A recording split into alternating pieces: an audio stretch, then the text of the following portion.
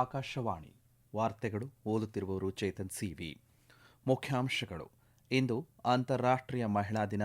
ನವದೆಹಲಿಯಲ್ಲಿ ನಡೆಯುವ ಪ್ರಧಾನ ಕಾರ್ಯಕ್ರಮದಲ್ಲಿ ರಾಷ್ಟ್ರಪತಿ ದ್ರೌಪದಿ ಮುರ್ಮು ಭಾಗಿ. ನವದೆಹಲಿಯಲ್ಲಿ 33,500 ಕೋಟಿ ರೂಪಾಯಿ ವೆಚ್ಚದ ವಿವಿಧ ಅಭಿವೃದ್ಧಿ ಯೋಜನೆಗಳಿಗೆ ಇಂದು ಪ್ರಧಾನಿ ನರೇಂದ್ರ ಮೋದಿ ಚಾಲನೆ. All England open badminton championship ಭಾರತದ ಲಕ್ಷ್ಯ ಸೇನ್ ಫೈನಲ್ ಪ್ರವೇಶ. ಐಸಿಸಿ ಟಿ20 ವಿಶ್ವಕಪ್ ಕ್ರಿಕೆಟ್ ಫೈನಲ್ ಪ್ರಶಸ್ತಿಗಾಗಿ ಇಂದು ಭಾರತ ನ್ಯೂಜಿಲೆಂಡ್ ಸೆಣಸಾಟ. ವಾರ್ತೆಗಳ ವಿವರ. ಇಂದು ಅಂತಾರಾಷ್ಟ್ರೀಯ ಮಹಿಳಾ ದಿನಾಚರಣೆ. ಹಕ್ಕುಗಳು, ನ್ಯಾಯ, ಕ್ರಿಯೆ ಎಲ್ಲ ಮಹಿಳೆಯರು ಮತ್ತು ಹುಡುಗಿಯರಿಗಾಗಿ ಎಂಬುದು ಈ ವರ್ಷದ ಧ್ಯೇಯವಾಕ್ಯವಾಗಿದ್ದು, ಮಹಿಳೆಯರ ಹಕ್ಕುಗಳನ್ನು ಬಲಪಡಿಸುವ, ನ್ಯಾಯದ ಪ್ರವೇಶವನ್ನು ಖಚಿತಪಡಿಸಿಕೊಳ್ಳುವ ಮತ್ತು ವಿಶ್ವಾದ್ಯಂತ ಲಿಂಗ ಸಮಾನತೆಯ ಕಡೆಗೆ ಕ್ರಮವನ್ನು ವೇಗಗೊಳಿಸುವ ಅಗತ್ಯತೆಯನ್ನು ಪ್ರತಿಬಿಂಬಿಸುತ್ತದೆ.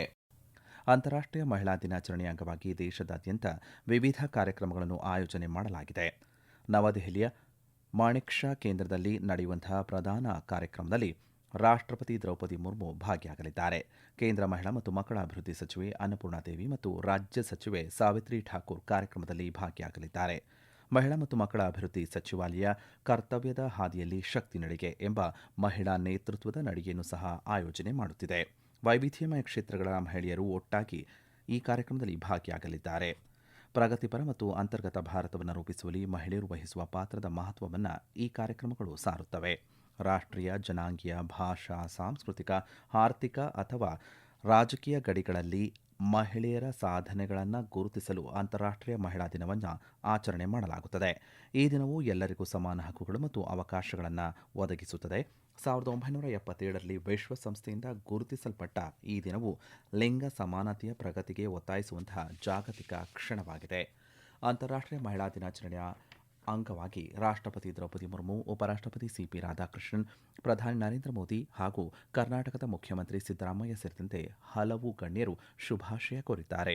ರಾಷ್ಟ್ರಪತಿ ದ್ರೌಪದಿ ಮುರ್ಮು ಅವರು ದೇಶದ ಎಲ್ಲ ನಾಗರಿಕರಿಗೆ, ವಿಶೇಷವಾಗಿ ಮಹಿಳಾ ಸಮುದಾಯಕ್ಕೆ ಶುಭಾಶಯ ಕೋರಿದ್ದಾರೆ.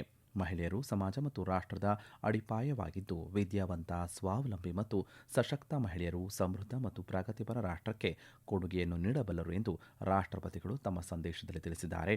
ಮುಖ್ಯಮಂತ್ರಿ ಸಿದ್ದರಾಮಯ್ಯ ಸಮಸ್ತ ಮಹಿಳಾ ಸಮುದಾಯಕ್ಕೆ ಶುಭಾಶಯ ಕೋರಿದ್ದಾರೆ. ವಿವಿಧ ಕಲ್ಯಾಣ ಉಪಕ್ರಮಗಳ ಮೂಲಕ ಮಹಿಳಾ ಸಬಲೀಕರಣವನ್ನು ಬಲಪಡಿಸುವ ಸರ್ಕಾರದ ಬದ್ಧತೆಯನ್ನು ಪುನರುಚ್ಚರಿಸಿದ್ದಾರೆ.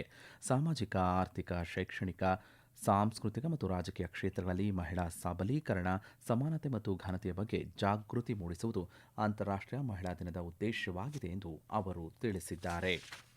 ರಾಷ್ಟ್ರ ರಾಜಧಾನಿ ದೆಹಲಿ ಮೂಲಸೌಕರ್ಯಕ್ಕೆ ಮತ್ತಷ್ಟು ವೇಗ ನೀಡುವ ನಿಟ್ಟಿನಲ್ಲಿ ಪ್ರಧಾನಿ ನರೇಂದ್ರ ಮೋದಿಯವರು ಇಂದು ನವದೆಹಲಿಯಲ್ಲಿ ಸುಮಾರು 33,500 ಕೋಟಿ ರೂಪಾಯಿ ಮೊತ್ತದ ವಿವಿಧ ಅಭಿವೃದ್ಧಿ ಯೋಜನೆಗಳ ಉದ್ಘಾಟನೆ ಮತ್ತು ಶಂಕುಸ್ಥಾಪನೆಯನ್ನು ನೆರವೇರಿಸಲಿದ್ದಾರೆ.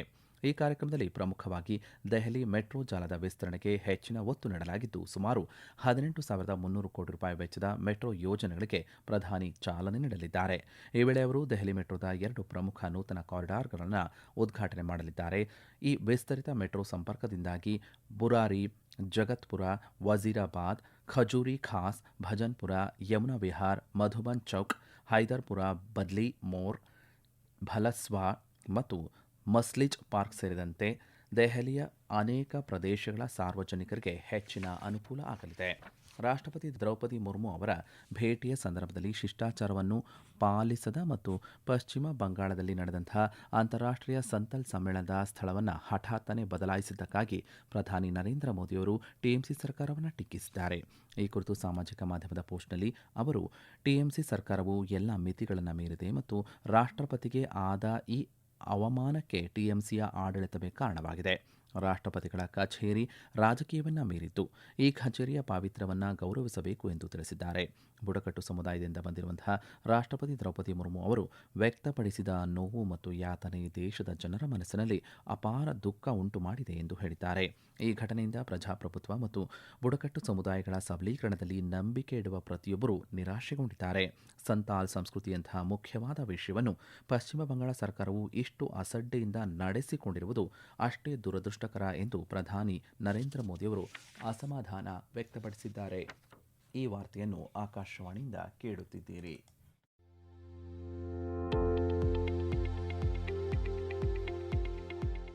ನಮ್ಮ ಎಲ್ಲ ರಾಷ್ಟ್ರೀಯ ವಾರ್ತೆಗಳು ಹಾಗೂ ಪ್ರದೇಶ ಸಮಾಚಾರ ಈಗ ಆಕಾಶವಾಣಿ ನ್ಯೂಸ್ ಕನ್ನಡ ಯೂಟ್ಯೂಬ್ ಚಾನೆಲ್ನಲ್ಲಿ ಲಭ್ಯ.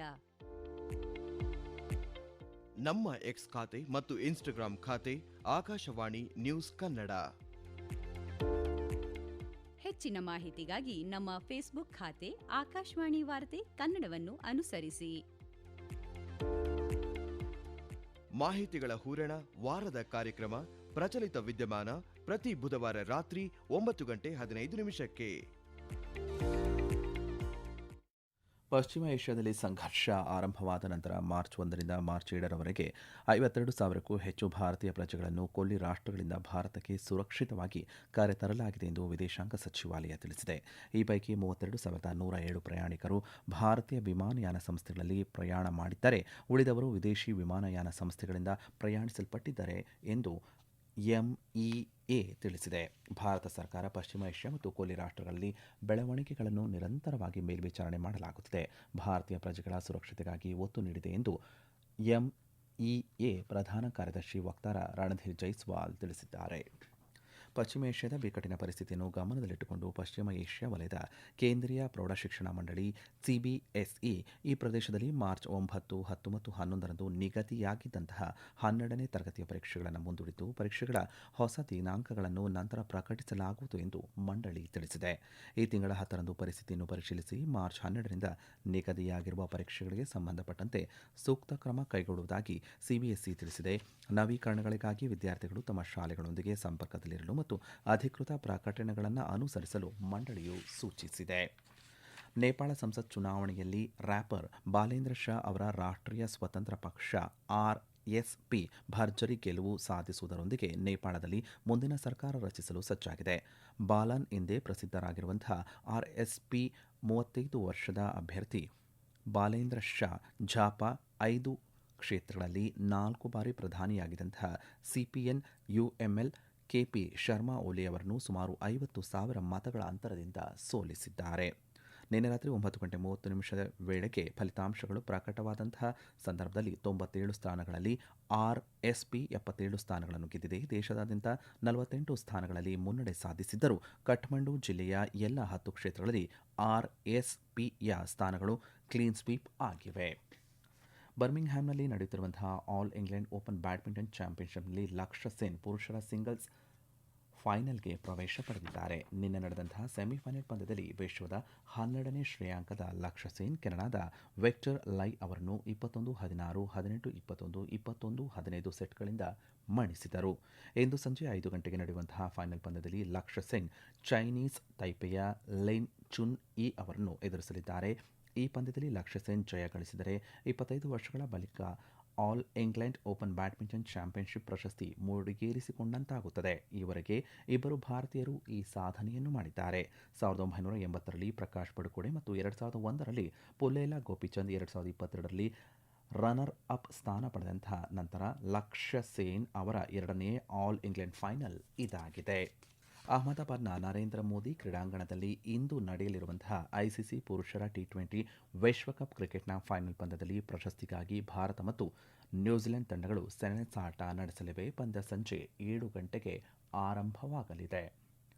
ಸೂರ್ಯಕುಮಾರ್ ಯಾದವ್ ನೇತೃತ್ವದ ಹಾಲಿ ಚಾಂಪಿಯನ್ ಭಾರತ ತಂಡ ಸೆಮಿಫೈನಲ್ನಲ್ಲಿ ಇಂಗ್ಲೆಂಡ್ ವಿರುದ್ಧ 7 ರನ್ಗಳ ರೋಚಕ ಜಯ ಸಾಧಿಸಿ ಫೈನಲ್ ಹಂತವನ್ನು ಪ್ರವೇಶಿಸಿದೆ. ಪ್ರಧಾನಮಂತ್ರಿ ಭಾರತೀಯ ಜನೌಷಧಿ ಪರಿಯೋಜನೆಯು ಜನೌಷಧಿ ಕೇಂದ್ರಗಳ ಮೂಲಕ ಸ್ವಯಂ ಉದ್ಯೋಗಕ್ಕೆ ಅವಕಾಶಗಳನ್ನು ಸೃಷ್ಟಿಸಿದ್ದು, 2047ರ ವೇಳೆಗೆ ವಿಕಸಿತ ಭಾರತವನ್ನು ನಿರ್ಮಿಸುವ ದೃಷ್ಟಿಕೋನಕ್ಕೆ ಕೊಡುಗೆಯನ್ನು ನೀಡುತ್ತಿದೆ ಎಂದು ಕೇಂದ್ರ ರಾಸಾಯನಿಕ ಮತ್ತು ರಸಗೊಬ್ಬರ ಸಚಿವ ಜೆಪಿ ನಡ್ಡಾ ಹೇಳಿದ್ದಾರೆ. ಕೊನೆಯಲ್ಲಿ ಮತ್ತೊಮ್ಮೆ ಮುಖ್ಯಾಂಶಗಳು. ಇಂದು ಅಂತಾರಾಷ್ಟ್ರೀಯ ಮಹಿಳಾ ದಿನ.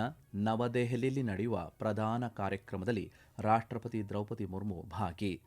ನವದೆಹಲಿಯಲ್ಲಿ 33,500 ಕೋಟಿ ರೂಪಾಯಿ ವೆಚ್ಚದ ವಿವಿಧ ಅಭಿವೃದ್ಧಿ ಯೋಜನೆಗಳಿಗೆ ಇಂದು ಪ್ರಧಾನಿ ನರೇಂದ್ರ ಮೋದಿ ಚಾಲನೆ. All England open badminton championship ಭಾರತದ ಲಕ್ಷ್ಯ ಸೇನ್ ಫೈನಲ್ ಪ್ರವೇಶ. ಐಸಿಸಿ ಟಿ20 ವಿಶ್ವಕಪ್ ಕ್ರಿಕೆಟ್ ಫೈನಲ್ ಪ್ರಶಸ್ತಿಗಾಗಿ ಇಂದು ಭಾರತ ನ್ಯೂಜಿಲೆಂಡ್ ತಂಡಗಳು ಸೆಣಸಾಟ. ಇಲ್ಲಿಗೆ ವಾರ್ತಾ ಪ್ರಸಾರ ಮುಕ್ತಾಯವಾಯಿತು. ನಮ್ಮ ಮುಂದಿನ ವಾರ್ತಾ ಪ್ರಸಾರ ಮಧ್ಯಾಹ್ನ 12 ಗಂಟೆಗೆ.